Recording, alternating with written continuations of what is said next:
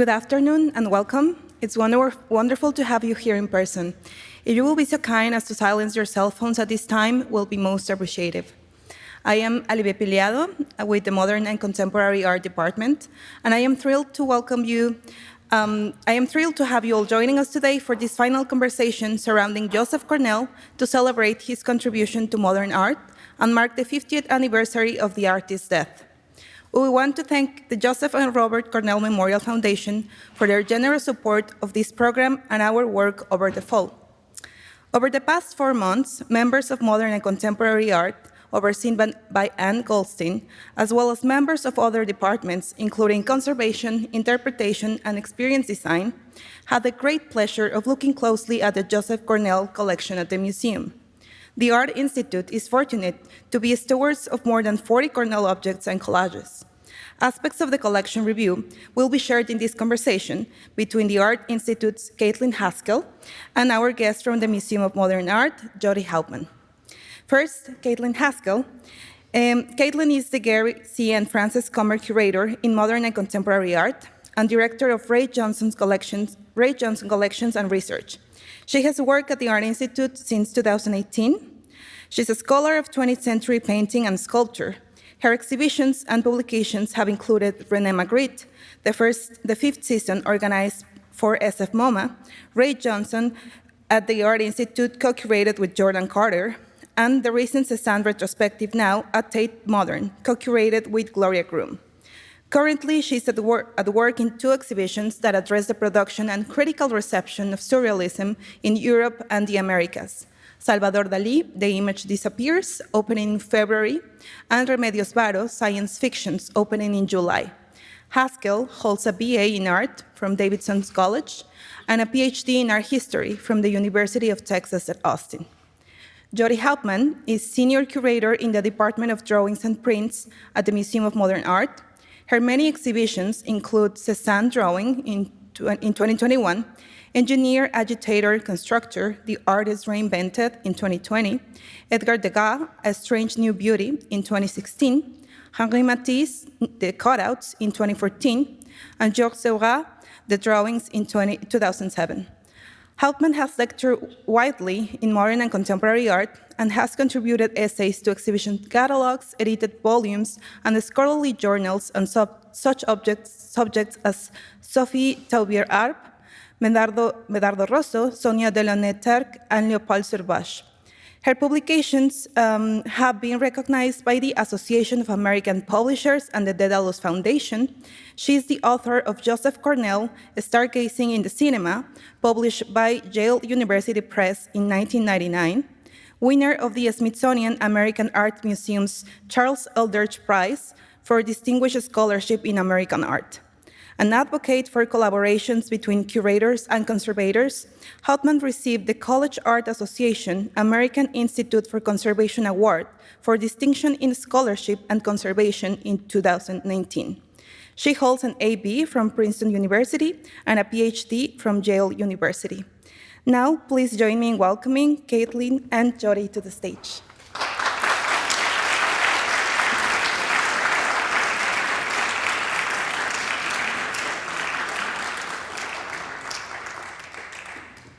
All right.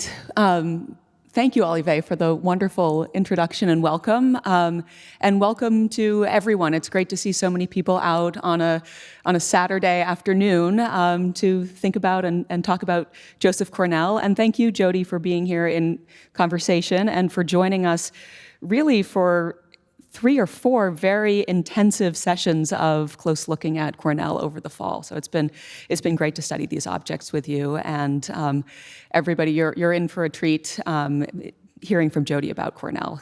When we could choose basically anyone, she was at the top of the list. So thank you for being such a great partner.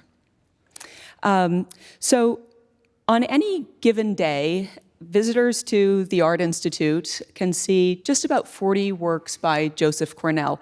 30 of them are the type of constructions that we typically call boxes.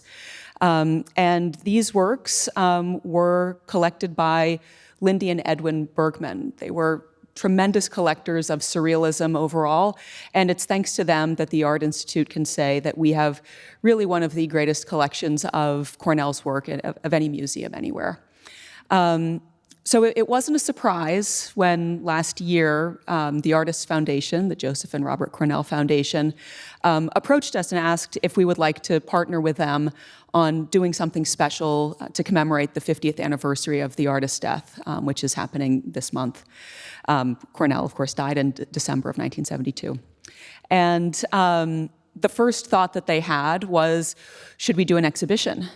And I immediately thought, no, there's no way that we can do an exhibition. We don't have enough time to do that. But also, most of our works are always on view. It's almost like there's a permanent exhibition of Joseph Cornell. So having this opportunity to engage Cornell, actually my thoughts went to what are the attributes of these objects that aren't visible to us or aren't perceptible to us, even when they are on view. Do they have sonic components? Do they have kinetic components? Do they have ways that they can be activated or engaged by a user that aren't immediately knowable to us, even though the works are visible in these cases? And so starting in September, we decided to open up the cases and actually look closely at every single work by Joseph Cornell in the museum's holdings. And this includes works that are in modern and contemporary art, also in prints and drawings, in the Ryerson Library and Archive, and we looked at a film at the Flaxman Library as recently as last Wednesday. So it has been incredible to look at these works, and we're going to share a little bit about this, this kind of Joseph Cornell collection review with you today. When we took the boxes out of storage, we looked very closely. And you can see these were sessions where the magnifying glass was like on the table at all times. And I'll just point out some colleagues here, several of them who are in the audience who are part of our collection review team. Jenny Harris, our COSI fellow, you can see there examining the butterfly habitat, Nancy Chen, Laura Balikci, and I think I see Mary Coyne back there, and myself looking at our earliest soap bubble set. We also opened several of the constructions with the help of Objects Conservator. This is Christina Sims, who is working with us. And maybe most excitingly, we activated boxes. So we're going to go through 3 quick videos now. This here, as you can see, it's the eagle, the arrow, and the dolphin from around 1960. And our colleague Nick Barron, a senior technician in modern and contemporary art, was with us at every step of the way. And when we encountered a work like this that clearly had components that could be set into different compositions, Nick was there to show us how that could be done. So, Devante, could we play the first video?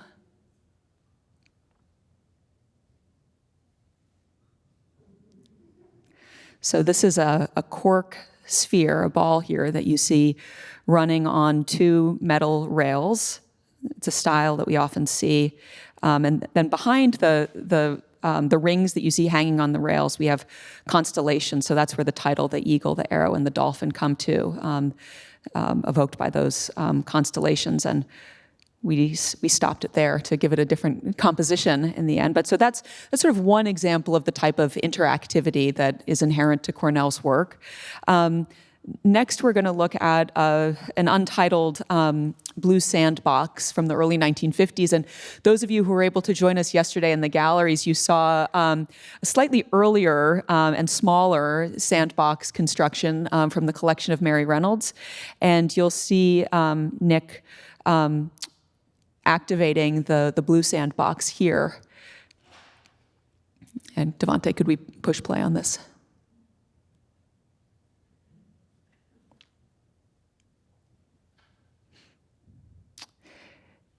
And what's interesting is that you can see in the bottom of the box, there are raised lines. So it's almost like a starburst emanating out from the center point. And you have blue sand, but then also a ring and then a ball bearing. And what's interesting is that early recipients of boxes like these often asked, the question, how do you play them?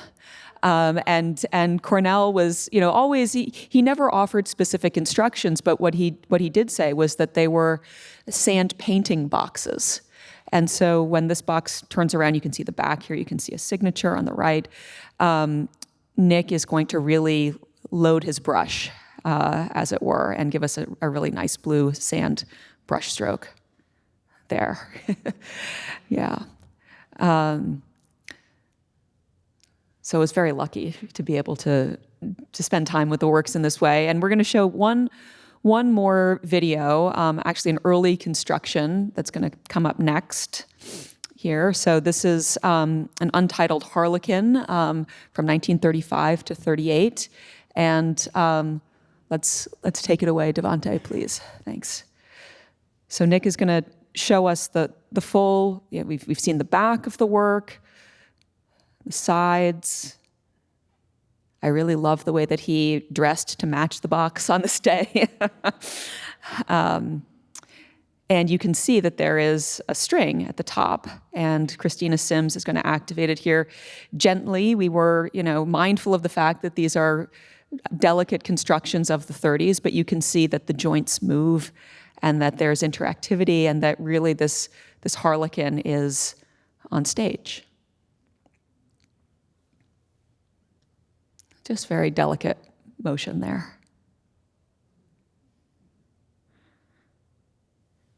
So these are the sorts of objects that we've been looking at. And in the next, say, 40 minutes or so, 30 to 40 minutes, Jodi and I are going to talk through 6 of them. They will be, just so that you can see them here, and of course these are on view, this Forgotten Game, New Fairy Tales. Then we go to, this is the Yellow Chamber, Homage to Blériot, Black Hunter, and the Butterfly Habitat. But Jodi, I'll hand it over to you for our first in-depth discussion. Thank you so much, Caitlin, and your whole team. And it's, I've been thinking about Joseph Cornell for a long time, and my way in has always been to kind of think about what was happening in his imagination, the references he was making, why he put two things together, and kind of following his trail, almost like a journey through these works, and to see how things kind of separate apart and then come back together. And my process has always been doing that kind of library research along with close looking, trying to examine really closely what these things look like to understand them. But in all the years, I'd never really experienced them in the way that we did over these past months. And I realize for Cornell in particular, and of course this is different than maybe examining a painting or a drawing, an oil on canvas or pencil on paper, is this kind of activation that Caitlin was so keen on doing, and I would say it really changed my sense of a number of these works that I've like I said, have known for a long time. So I want to talk a little bit about my process and that process of trying to understand these works. So we're looking here at one of my favorites. So I was glad that I was assigned this one, untitled Butterfly Habitat, and as you can see, it's about 12 inches high, so not very big. It's intimate. And Cornell has divided the box into 6 different compartments. And each compartment has a butterfly, and also a moth we discovered as part of the close looking. And these are not actual butterflies. They're some kind of print media, some kind of paper that he sourced probably from I would bet some kind of scientific manual or scientific atlas. And he cut these things out, and they look to be hand colored. So they would have been black and white reproductions that then he hand colors. And what's so beautiful and evocative in this work is what he does with the glass front And that, as you can see, he kind of splatters white paint, and what you, of course, get is something that looks like it's frozen, that it's been, that has a kind of layer of ice. And then, in order to see each butterfly, he's wiped away a circle, and of course, because these things, I think, like just beg for storytelling, and you can imagine kind of a child with a mitten maybe kind of pushing away the snow on the glass to see what's there. So so that's what we see. But the question is, how might we understand this box, and what did the butterfly mean for Cornell? So to answer those questions, what I would my kind of typical process would be to turn to his voluminous diaries. And he wrote every day. Sometimes these diaries are typed, sometimes they're just scraps of paper. And you can actually, you yourself can have a look at them digitally through the Archives of American Art. So they're available now. When I first started working on Cornell, it was microfilm. Yes. So that really ages me. So there I would discover. Oh, I should show you the back also, sorry, before I get to my things. And you can see he puts a label on the back, often a combination of typing and a signature. And that's pretty typical. Mm-hmm. So anyway, I would discover in his journals his fascination with the 19th century. And often I felt like he was a man out of his time, that the 19th century was actually his real home. And his journals and other objects reveal an interest in two figures, and I'm showing you them here. On the right is a piece of music with the word papillon, French for butterflies, and that's a piece of music by Schumann. And Cornell was quite interested in music. He had a record player. He listened to music, and he would have. I think, been interested that Schumann wrote this piece from 1829 to 1831 when he was only 21 years old. And he writes in his diary, in one entry, "This morning played Schumann, which brought back the best of the Emily Bronte reading." So you can see, like, he goes from music to literature, like, without skipping a beat. On the left side is a print that shows a ballerina, as you can see, Emma Livry, who starred in a ballet called The Butterfly that was choreographed by one of Cornell's favorite ballerinas, Marie Taglioni. And it was the only ballet that she choreographed. And it was something that really meant a lot to him. And the story, kind of typical ballet, or typical romantic ballet, I should say, is a complicated story having to do with a kidnapped princess who gets turned into a butterfly by an evil fairy. And so that's how it goes. So there's some discoveries to be made there in the journals. Then we might look at other works that include butterflies. And this one on the screen now is one of the most evocative. And it focuses on another figure from the Romantic ballet, this time Lucille Gran. And here you can see in the middle of the box 2 butterfly wings. And along with beads, glitter, and tulle, they serve as traces of the ballerina, a kind of, she's gone, but these kind of, these traces, these elements of her still remain. And for Cornell, those elements really did connect her, connected him to the 19th century, to the Romantic ballet. Another related work is this one from 1944, and this time the butterfly is put into juxtaposition with a watch spring, and we're going to see those in other boxes today. And so there's this sense of time and the way that the butterfly changes and the kind of the temporal quality of the butterfly's flight. So another thing that I wanted to point out when looking at this work, and it raised other references for me, is the way these butterflies are stacked in a very kind of regular grid, almost scientifically. And so I couldn't help but think of butterfly collecting, and in something like this. And the way in a butterfly collection, of course, the butterflies are dead, right? So there's this kind of this tension between something that was moving and fluttering and something that's now pinned into place. And so I think this is something that Cornell is really trying to get at in these works, in this work. And then, let's see.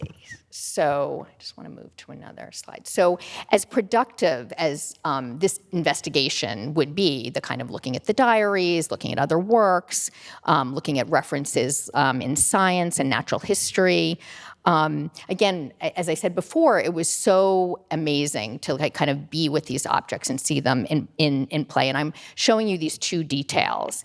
And if you look very closely, and maybe I should point it out with the pointer, there's a little string there at the bottom of the butterfly, and you can see it a little bit bigger there through the magnifying glass. And so what we notice when we look closely is that the butterflies are not pinned, which is how I had always imagined them, like kind of dead in the space, but instead are hanging on these little strings. And the string actually, Cornell, as you can see in the slide on the left, Cornell allows the string to kind of trail off, like he lets us see it. So, maybe you can interpret that as the kind of path of the butterfly. And he talks a lot in his diaries about the path of the butterfly moving through space. So maybe he wants to kind of visualize that. But the other thing that we notice is that the string isn't pinned down. And so what that does is it allows the butterflies to move.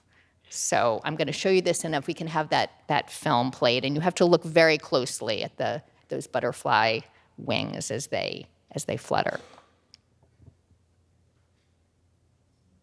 You can see that. Very delicate. Very delicate, so beautiful. And so for me, this kind of transformation of what this box meant, something that was instead about being all about the frozen, instead became something about this kind of tension between something that might be frozen and something that might be very much lifelike. Yes, this very sort of delicate animation. And also, you can probably see in each of those 6 chambers, there's debris at the bottom that is sort of evocative of the chrysalis from which that butterfly has just emerged, which is really amazing to look at also. Yeah, again, something that I think in photographs, it always felt like it was kind of classic Cornell, where he was aging the box, and it made you think that the structure itself was old. Mm-hmm. But when you look at them closely, it does feel like it's kind of the remnants of those butterflies that have just appeared. Yes, no, exactly. So the next work that we're going to spend some time with is Homage to Blériot from 1956. And unlike the butterfly habitat that offers so many rich symbolic references, this one, I have to say, was a little bit mysterious to me, because it seems sort of humble and mechanical rather than sort of symbolic or referential. But we have a clue as to what it might be about in the title. And Blériot is Louis Blériot, a French aviator. And in 1909, summer of 1909, Blériot was the first pilot to cross the English Channel by plane. And you can see that the style of plane that he was in, brings us back to a moment of aviation where it was an activity for sportsmen, and it could still be a little bit of almost an amateur pursuit. And there are resonances in the ways that the plane is constructed. Going back, like the wheels, the wheels on the plane are very similar to the bicycle wheels there. So there are some rhymes, right, with the way that this is. That these shapes are held together. So what we have is, again, one of those coils or springs that Jodi had pointed out a moment ago, and a very delicate, light set of parallel lines made of a very lightweight wood. And, of course, the the wood grain that has been stained blue behind it is very evocative, but I have to confess that I didn't really understand what this work was about until we activated it. So let's play this clip if we can.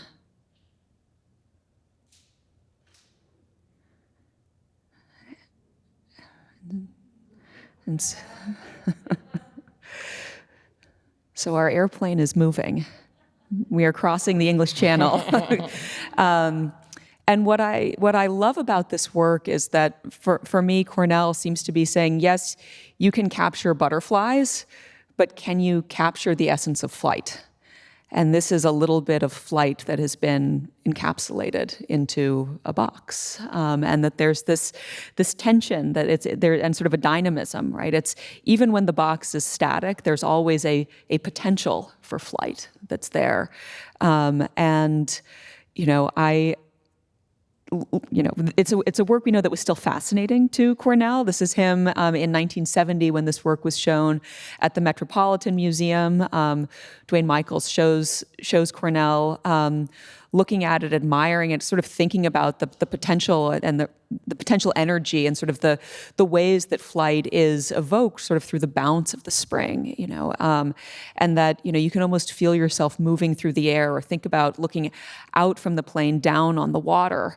For me, when I look at this, the activation of the box, it actually makes me think a little bit about Icarus in some ways. You don't want to get too close to the sea. You don't want to get too close to the sun.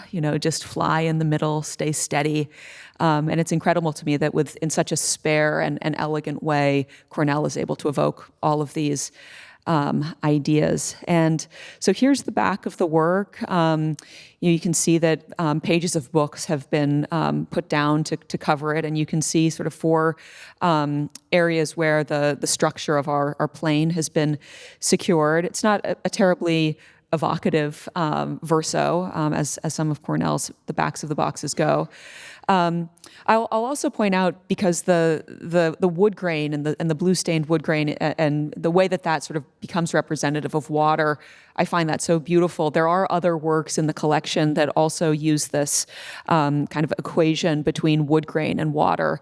And we also have this untitled Fortrista from 1969. This is the latest of the boxes in the Bergman collection. And what's interesting is that if you were to well, I'll say this. So when you're looking at it from this vantage point, there's obviously a hole, and as you're peering through that aperture, you see a compass with cardinal directions. But there is sort of an invitation to look further. And if you remove that piece of wood, what you see is a view from the North Pole of the principal rivers of the Northern Hemisphere. And there's just a really magical change of scale, going from something that you're holding in your hands to something that is colossal, right? And I even love, here we are. We're that little speck, right now. And I think that's something that happens yesterday in the gallery presentation. Cornell going from the grain of sand to the cosmos in a single box, which is so wonderful to experience. Yeah, I agree that micro and macro is a real thing in Cornell's work, and that point of view. And he talks about looking through the wrong end of the opera glass to see something kind of further away. So. Okay, so we're going to turn now to this box Nouveau Conte de Fées from 1948, New Fairy Tales in English. And for me, this box is very much about the possibilities of reading and the expanded role of the reader, and I'm going to talk about that a little bit. But you can see that it incorporates book pages, found book pages, in its construction. And it's, I think that we thought with this one that it was, that this wasn't a box that Cornell built himself, but it was one that was probably found, kind of like a pharmacy cabinet and that kind of thing. And that's something, kind of on and off with the works in the Bergman collections. More modified than built from scratch or just found. Yeah. Exactly, and he does what he's going to do with it, and we'll look closely at it together. So, so Cornell loved books. He had an enormous library, which again is still in the Archives of American Arts. You can peruse it. He wrote a lot about writers. He was an avid reader, and he describes spending long, pleasurable hours in New York City on 4th Avenue, which in the 40s was the real kind of hub of used booksellers. And I'm just showing you a photo of that on the lower right. He also made this beautiful film, Book Stalls, in the 40s, and that really kind of taps into what he thought the book could do. And basically, it begins with this shot I'm showing you here of a little boy at bookstalls in France, and he kind of is looking through these books, and he opens one, and then the film switches into a journey through time and space. And so that's really what a book does, right? It takes you on a kind of magical journey. So as much as Cornell loved books, he wasn't precious about it. He was a collector of books, but not a traditional book collector who wants everything to be perfectly pristine or getting the right edition. But instead, he doesn't hesitate to, for example, here, to drill into the book and kind of create a kind of his own object construction out of it, and embedding glass and other objects. He cuts books up. He collages on top of them, makes notations, adds color, and bits and pieces of cut and pasted found ephemera. And so in this case, in the box we're looking at now, what I think he's doing here, or thinking about, is thinking about a kind of reorientation of the book. We think about the book as something that sits on our lap, or it sits on a library table, but here Cornell has kind of flipped it up. So we're kind of looking at kind of the essence of a book, which is now in a upright vertical orientation. And through that, he expands the possibilities of reading. So what we see is the box that's divided into multiple compartments, and each of those shelves actually is covered in a pink velvet, which is really gorgeous. And on each shelf is a little matchbox-size box that's covered in text. And what he does to the outside of the box is he has cut up another book, just the images here, and glued them on the sides in a kind of decoupage method. And you could see he wasn't trying to make straight lines or columns, but they overlap. Some of them are hand-colored and cut out into different shapes that emphasize, I think, the action in each of those vignettes. So in examining this, I made a discovery, and it was like incredibly satisfying, I have to tell you all. Yeah. So, the wonders of Google, which is something, that years ago when I worked on this project didn't exist. And so what we see here, I should just point out, is these kind of, did you call them ostriches or? Ostrich chariot, maybe. Chariot, yeah. is actually here on the back of the box, and on the box, Cornell has actually hand-colored it. You can see a bit of the yellow in the lower left. And the book that he's cutting up is by the Comtesse de Ségur, and she publishes this book in 1857. It's a set of original tales, not retold fairy tales, but her own stories, and it's dedicated to her grandchildren. And it became wildly popular, and in fact, it's still in print. You can still get a copy of this book, and the illustrations are by the very well-known 19th century graphic artist Gustave Doré, who I'm sure is in the Art Institute's collection. And this was a just interesting fact that when Ségur publishes this, fairy tales are actually having a kind of renaissance in France and really throughout Europe in the mid to late 19th century. And so and so she's kind of right in the thick of it. Let me go on. So here's another case where I just want to think a little bit about how he takes this book that's written by someone else in the 19th century, and he uses the elements but alters them for his own purpose. So here is, if you just flip this around to the right, you'll see this is on on the top of the box, and he's taken the caption and cut it up and put it into a place that he prefers it to be, and it has to do with the little girl following the little cat. So that's kind of amazing. And then, and so I want to show you, we again have some film, and I want to show you a little bit how we might use this, how we might, in a way, alter the way we might have read the Comtesse's original book, and how we might read it in a new way through Cornell's box. So if we can have the film. And this one, just to say, is a little bit longer because we're going to kind of go through it. And again, everybody looking so closely at these illustrations. And we were, Cornell often used the photostat process, an early Xerox process. And we were interested in whether these were original book pages, which we think they are. Yes. And there's me with my, I was already thinking like, Yes. who could I identify? And I was wondering, had anybody identified? And, maybe someone somewhere out there had, but I hadn't found anything in the literature.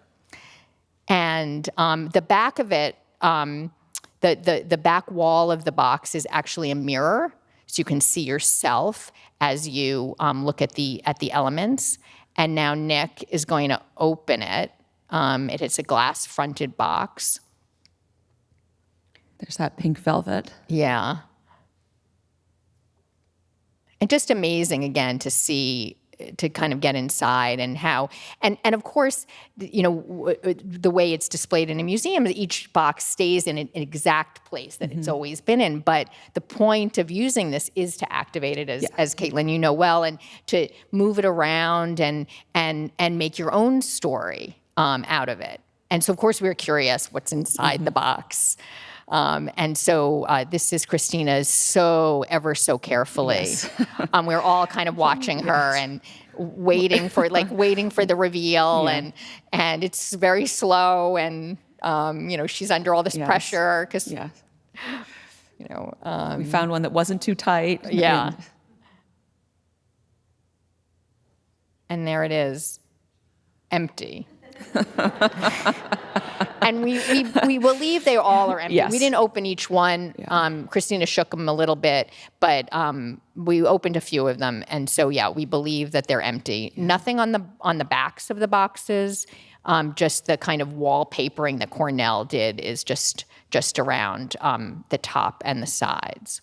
And just that little trace of yellow that you see. Oh yeah, that must have been, and I those were probably store-bought boxes, that would have come that way. Okay, because I couldn't help myself.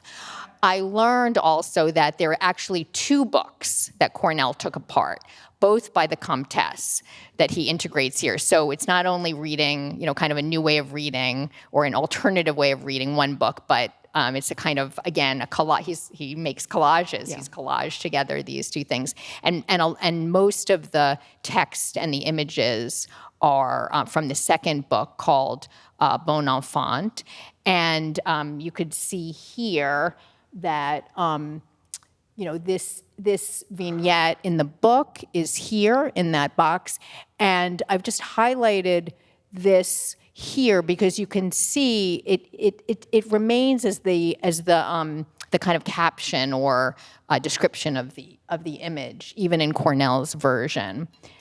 And then another one. So in this case, the illustration on the left, he's cut up. So he's only taken the figure on the right and collaged it here, so only her. And most of the figures on these boxes are in some kind of moment of surprise or shock. So I think that was super purposeful. He's really, again, in trying to think about a new narrative that he's creating. And then finally, just wanted to finish with this because this great still that Olivier took. And if you look closely, I guess I should, maybe easier to point out. you can see her hand holding the phone in the back. And I just think this is just like a really strong, move for Cornell to put us into the box, like a reminder that this is our role, where, it's our turn to play it and to, integrate our own activities into the work. So with that, I'll pass it on. Excellent. So for our next work that we're going to think about, it's this Yellow Chamber from 1950 to 1951. And I have to say, again, confess that this is a work that I don't think I understood properly prior to our study sessions. And there was truly an aha, like some audible gasps in the gallery when we figured out what this box is all about. And Jodi touched on some aspects of the construction of the boxes, and we've seen many different styles, but what they have in common is that they're all six-sided objects, right? And sometimes they'll have a frontal orientation, sometimes the orientation will be a top that's facing upward. In this case, we have a glass facade, if you will, but the work also seems to be turning its back on you in some ways. And because you've got, these white painted pieces of wood that are somehow obstructing your view into the box. And what you can see here is a contour, again, partially blocked, of a bird, right? This is very typical Cornell bird construction, and you can see in other contemporaneous constructions where there'll sort of be a contour line cut out of a piece of wood, maybe like 3/4 of an inch thick. And then much like with the butterflies, there will be sort of an applied, colorful front put onto the bird that sort of gives it those characteristics and allows it to be more recognizable than it's a simple silhouette. So in looking at Yellow Chamber, we noticed, yes, the bird is there, but why does it have its back to us? And what's interesting is that inside this construction, Cornell has placed mirrors that actually expand the space of the box. So there's a mirror that you can see here, and also a mirror at an angle there. And so as you, the viewer, move around the box, there are moments when you can glimpse this bird that is hidden inside. And you can see a little bit of it in color there, interacting now with its yellow ring. And you can also see it in this angled mirror too.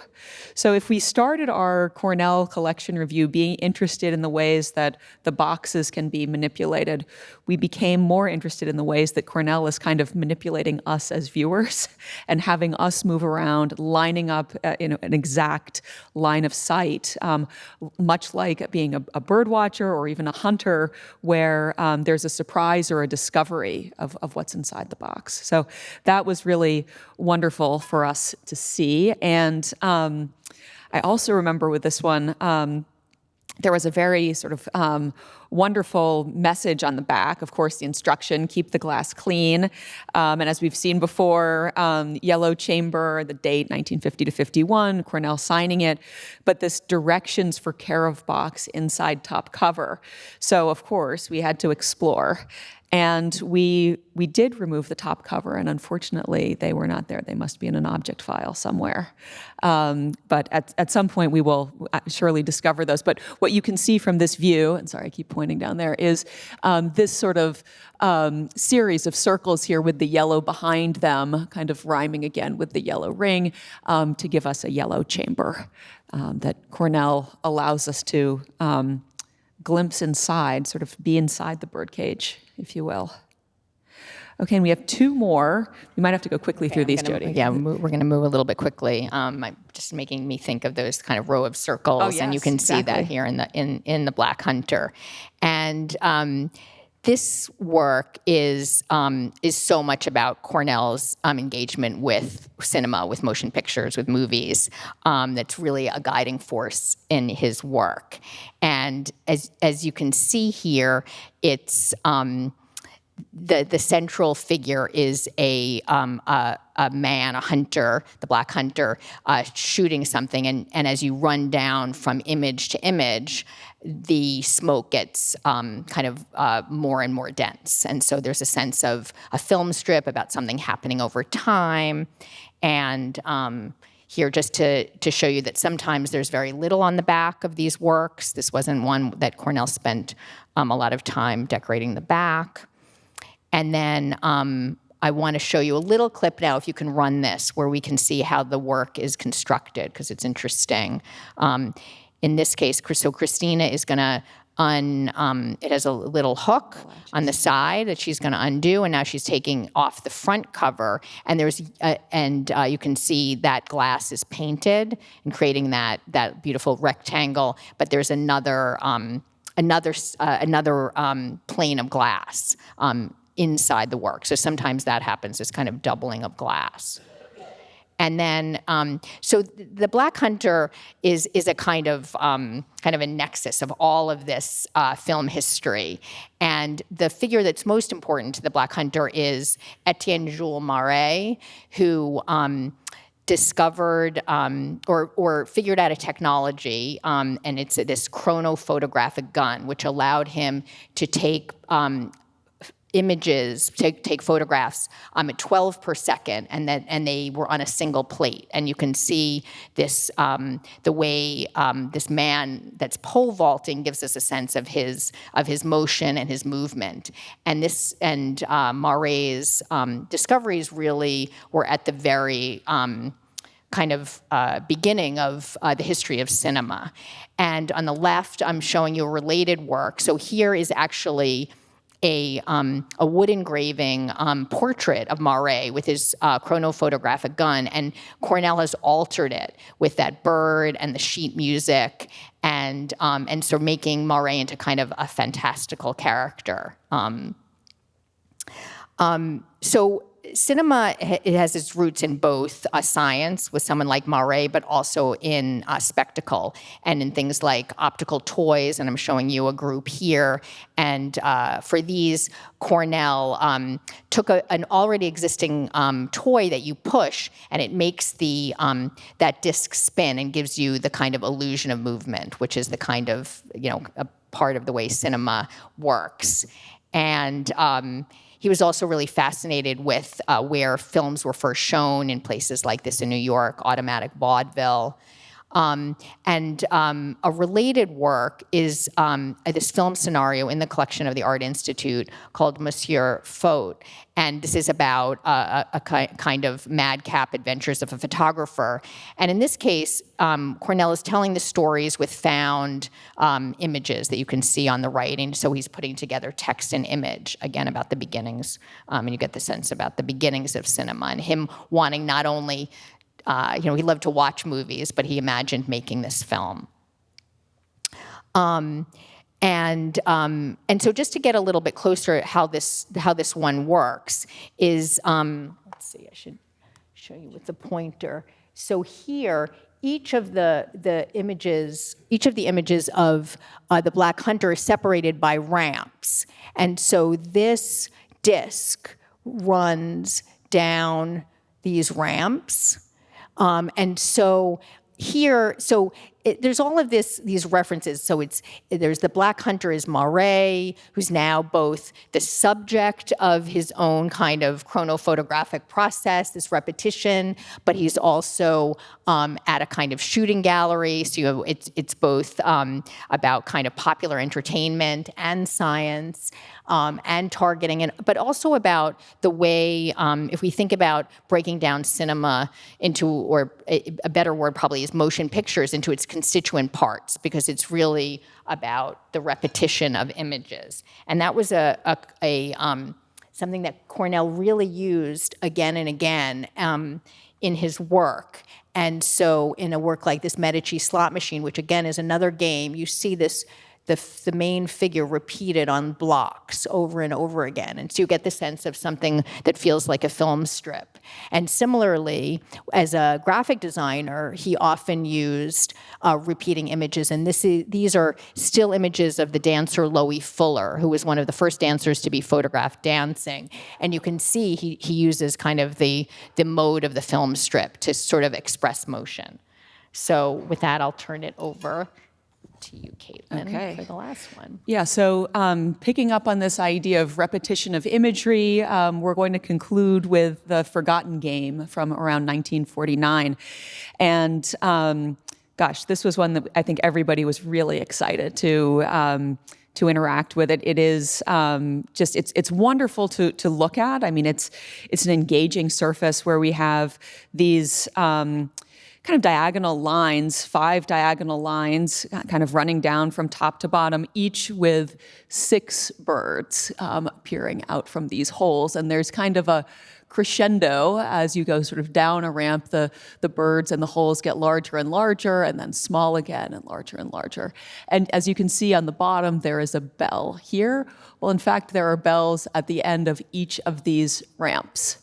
And you can see also trapdoors top and bottom, so that the ball can move from the very top of the Forgotten Game to the bottom. I'll also just say this very evocative title, Forgotten Game. You can see that it's a deliberately weathered surface, and Cornell would sometimes put boxes in his oven to sort of age them and allow them to have this deliberate craquelure. This was shown in a very early, just another view front and back, included in a very early exhibition of Cornell's work, an exhibition called Aviary at the Egan Gallery in New York in 1949. And here is The Forgotten Game. And yeah, so it's number, I think, 23 on the checklist for this show back at a time when Cornells were selling for $300 a piece. Okay, so I mean, what the Forgotten Game does, it's inherently interactive, but I think it has this wonderful mystery of what you can see and what is withheld. What is inside the box that we're not able to see, but that we will be able to hear. So even though we have all of these apertures covering the surface, there's something that we don't have access to inside, but that is going to be evoked. And let's play this final clip, please.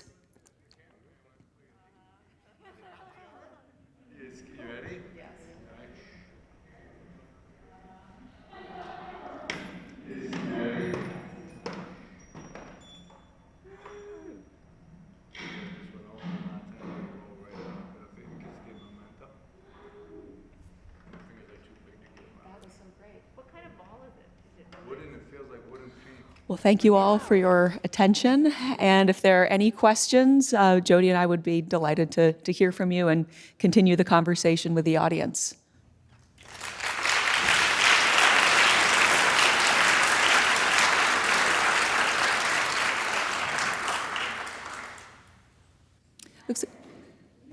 I'm sorry, there are microphones set up.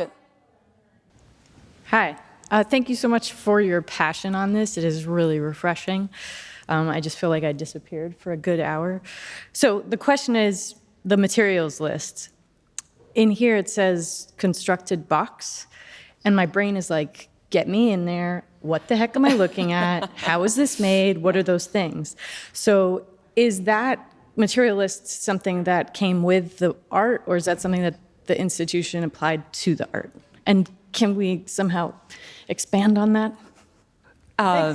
That's a great point. So when we're just listing box construction as the medium description there, it's to avoid something that's too lengthy. But this is a work from the Manil collection, bequest of Germaine McCagie, where Jodi in her caption has thoughtfully included all of the components, and it's wonderful, right? Because to see that it's velvet and beads and glitter and butterfly wings. I mean, it's telling. So conservators have looked at have made very rich medium descriptions of the Art Institute works. And when we say box construction, it's just to sort of not overwhelm a label. Yeah. What do you think, Jodi, about that? How do you show yours? There's a lot of talk about how big labels can be. Is it going to be bigger than the object when you start listing all the things? It's always like a thing for curators, but I will say there is the Dawn Addis publication. So I would recommend. I don't know if it's still in print, but it's a collection. Catalog of all the Bergman works, and the media IDs are just incredible. So wherever you went, I came back. Go and get we have that them book. online too.